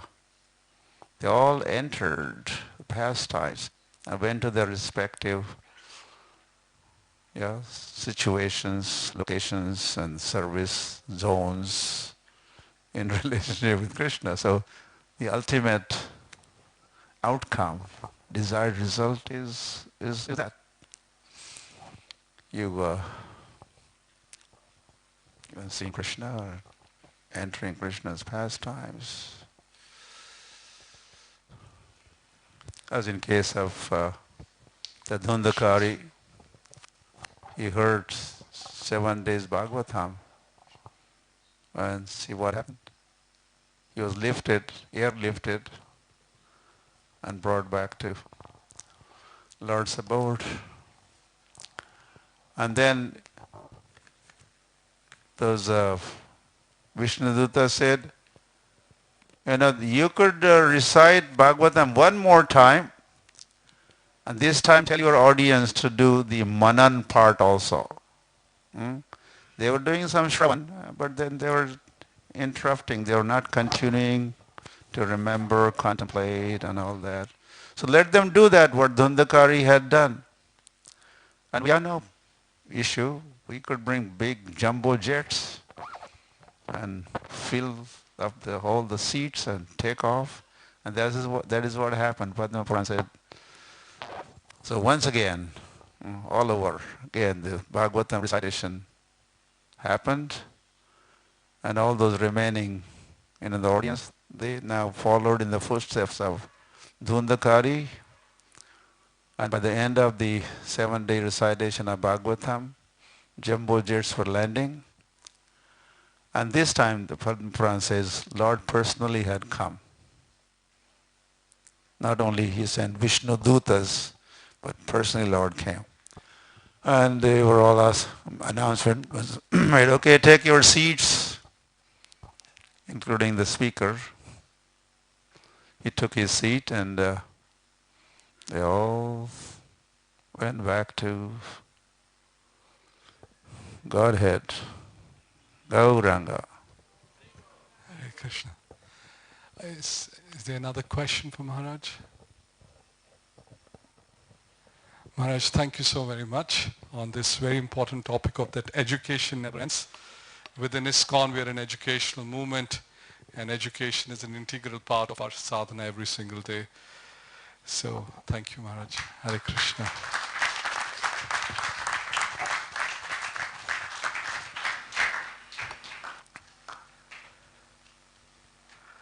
With that very important message from His Holiness Loknath Maharaj, we will now like to bring Viplavah to a formal close.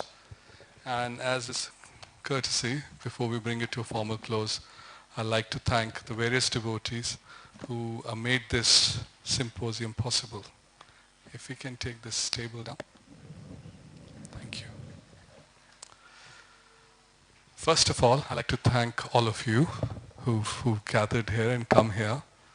And it is your presence that inspires us to conduct. It's your presence which inspires us to conduct this symposium for the second time. And each time we're attempting to bring in new speakers and educators who can address even more diverse topics of education, sometimes even controversial topics, because where else, if not in the assembly of Brahmanas and Vaishnavas, should such topics be discussed? The intention of the symposium to bring such topics is not to create a controversy for the sake of controversy, because this is a private sort of a gathering with the hope that it's amongst mature devotees who would address those topics, grab those topics and churn them for the future. So I'd like to thank all of you. If we can give each other a round of applause for just being present here. Thank you. Then there are, of course, the speakers who give their valuable time. And as this format is not usual within ISKCON, for ISKCON speakers to speak within 20 minutes, they have to spend considerable amount of time, and it is noted that several speakers spend a lot of time in preparing for these talks and coming and sharing with us. And our hope is that next time we can invite more speakers. We like to keep the same sort of a format. And this time the speakers who did grace this podium and addressed the educators are in the order that they presented. I'd like to recount their names just as a matter of thanking them from my heart and also my mind. Sesha Prabhu, who gave the inaugural address, His Holiness Bhakti Vigyan Goswami Maharaj, His Grace Gaur Krishna Prabhu from Russia, His Grace Gopi Gita Mataji from United States, His Holiness Bhakti Priti Vardhan Maharaj, and His Grace Madhava Gauranga Prabhu from Mayapur and the Gurukul here, Bhaktivedanta Academy. Then His Grace Kalakanta Prabhu, the Minister for Crop Protection, and His Grace Giriraj Sakha Prabhu, who came all the way from Gujarat just for these 2 days. His Grace Leela Purushottam Prabhu, who gave a wonderful talk on consciousness in education. He also just came for these talks, so he's here for just 1.5 days for this talk. We have His Grace Pranava Prabhu, who I shared with you from Sweden. This was his first speaking after almost 1 year, 2 years. He didn't speak. And he was so inspired and inspiring for us that he came here and he spoke almost after 2 years on Vaishnavism and religion. Then Her Grace Devaki Mataji, His Holiness Yadunanda Maharaj, His Holiness Bhakti Rasayan Sagar Maharaj, His Grace Manorama Prabhu, the Minister for Youth Ministry. This morning we heard from Ashray Krishna Prabhu about the wonderful initiative in Delhi, and on that I must mention that Ashray Krishna Prabhu and his team, including Ajita Govinda Prabhu, they came just for this.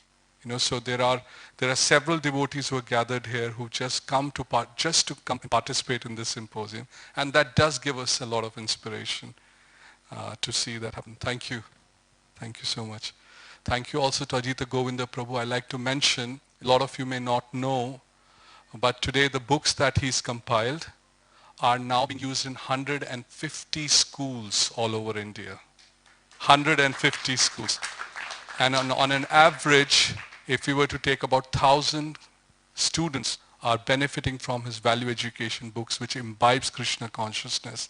There are close to 150,000 kids who he's touching through his books. And now he's publishing them in Hindi, and it is being adopted in government schools. Yes, Prabhu? So that's Ajita Govinda Prabhu. If you can please stand up. A very, very reserved and shy personality. I have to really request him to speak. And next time he is going to grace the occasion, share with us the wonders he's created. But 150,000 kids and 150 schools, and it's growing. Last year when I spoke to him, they were going to pilot it in 30 and 40 schools, right, Prabhu? Last January. Now it's already gone to 150 in a matter of 1.5 years less. And then after that, His Grace Narasimha Kavacha Prabhu, our Minister for Deity Worship, spoke. Then we had His Holiness Bhaktidhir Damodar Goswami, Bhaktidhir Damodar Maharaj, His Grace Prana Prabhu, who once again has joined this after a long time, fully recovered or almost fully recovered from his health. And he's here with his good wife, and Krishnendu Prabhu, who also launched a wonderful product, Bhakti Learning. We had the opportunity to also from His Grace Shivas Prabhu from West Africa, who is joined by Devarshi Prabhu, who is here now in Mayapur, but originally from France. His Grace Atul Krishna Prabhu spoke. And after that, we had a very wonderful talk by Mahatma Prabhu. and then Pancharatna Prabhu, who are present here, and His Grace Narsimananda Prabhu, who's still here with us. And we, in between, had the good fortune to also hear from His Holiness Subhag Maharaj, who came and gave a very, very inspiring talk.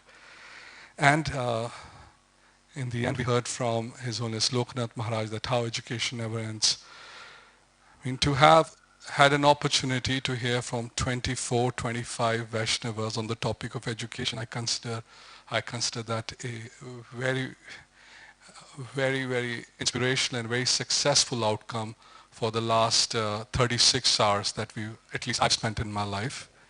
And I hope that all of you also had a similar experience. If you did, then please give a round of applause for the speakers.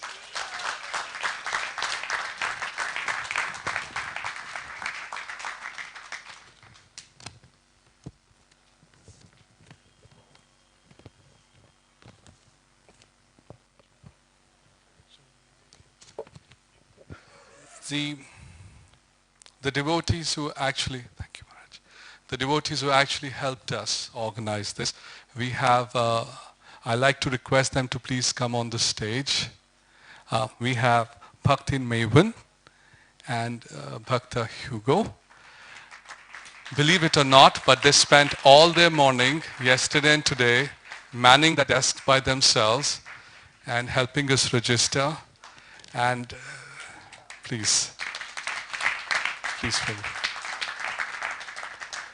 And I'm inspired by this service attitude. I'm really inspired by this service attitude. In fact, when everybody else was sitting here, after 3 hours or so of sessions were going on, I went out and I saw that they were still sitting on the reception. I said, Prabhu, Mataji, please come inside now. Most of the registrations are done. Very sincere. Thank you so much. Vasudev Krishna Prabhu, who's not here, but he helped us a lot. Raja Lakshmi Mataji helped us a lot in setting up. Chetan Prabhu, please come on stage. Chetan Prabhu, he arrived a day earlier. He came just to help in setting up various services and activities. And we also had the good fortune of his wife, Disha Mataji, without whose help a lot of it, what we are having here, would not be possible. I do owe a big thank you to the broad-mindedness of the ILS organizers and Lakshmi Mataji particularly, whose help I took to get this venue. And those of you who are living in Mayapur will realize it's very difficult to get a place around this time. So we evaluated all venues. We were not able to get a place. So about 2-3 months back, then I agreed that we could utilize this place. It's comfortable. So thank you to that. I'd also like to thank Narsimatitha Prabhu. Where is he? Okay. Narsimatitha Prabhu, please come on the stage. It's unimaginable how much running around Narsimatitha Prabhu has undertaken in the last 4 or 5 days. And literally anything that I have a difficulty with, I just request Narsimatitha Prabhu, can you address it? The last one was 15 minutes back. Can you request all the volunteers to come in? Thank you, Narsimatitha Prabhu. And Bhakta Chaitanya Prasad, who's also run around. You may find him thin and petite, but he has the ability to lift that 40-gallon, that big box of water and pour it for you, and that's kept us going all these days. So, and I'd also like to thank my dear wife, Indira Sakhi Devidasi, who did help in many, many regards in putting this together. You can please come on stage. All right. She's exercising a different kind of shyness.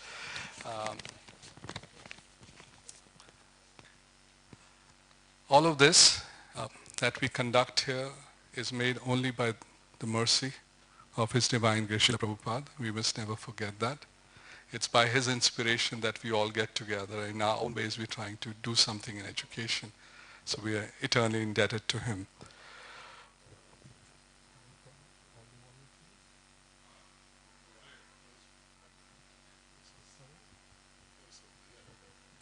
Thank you. Now, I had one more objective for this symposium, which is, I'm not sure if it is fulfilled, okay? And we have the last 13 minutes to fulfill that, which is the following. We want to make it a personal symposium.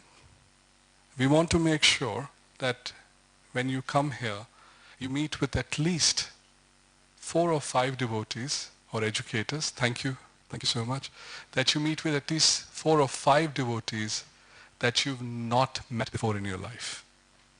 Right? Now, if you permit, and until the prasadam comes, which is going to arrive at 7 o'clock, and we are catering prasadam for everyone. With your permission, as a closure event, I would like you to make that extra effort. I'm not going to ask you to stand up and jump or do anything else, but I'm only going to request you, if you can please connect with 5 devotees or educators here who you otherwise do not know. Believe it or not, your contact with them and their contact with you is just going to make the education within ISKCON stronger. If the educators talk to each other, if we connect with each other, the many things that we're doing, they are going to become more powerful. So how many of you feel comfortable with this idea that for the next 7-8 minutes, all we do is, it's informal. In fact, if you see somebody who's sitting and not willing to, they're a little bit shy, they're hesitant, make a special effort to go and meet with them, right? How many of you give me this permission that I can conduct this last deliverable for this symposium? If you do, then please raise your hands. How many in support of this motion? How many opposed? How many abstaining? All right, so it seems like it's unanimous. So at 7 o'clock, we'll be serving you prasadam. Next year, on the 4th and 5th of March, we hope to hold the symposium again. 4th and 5th of March will be right after SGGS, the Sangha of Sannyasis, Gurus, GBCs, and it's going to be a day or 2 before the Shravanutsav. So that is the date. Now you all have your mobile phones. You can please note down this date now. Share it with your friends. We will send you out a notice. And we hope to see you again in Viplavah 2021. With thanks to all of you and thanks to His Divine Grace Srila Prabhupada. All glories to Srila Prabhupada. Hare Krishna. So we can please start this activity of getting to know each other. Hare Krishna. Please honor prasad. We are a poor ministry. We have arranged prasad. So please honor it. Hare Krishna.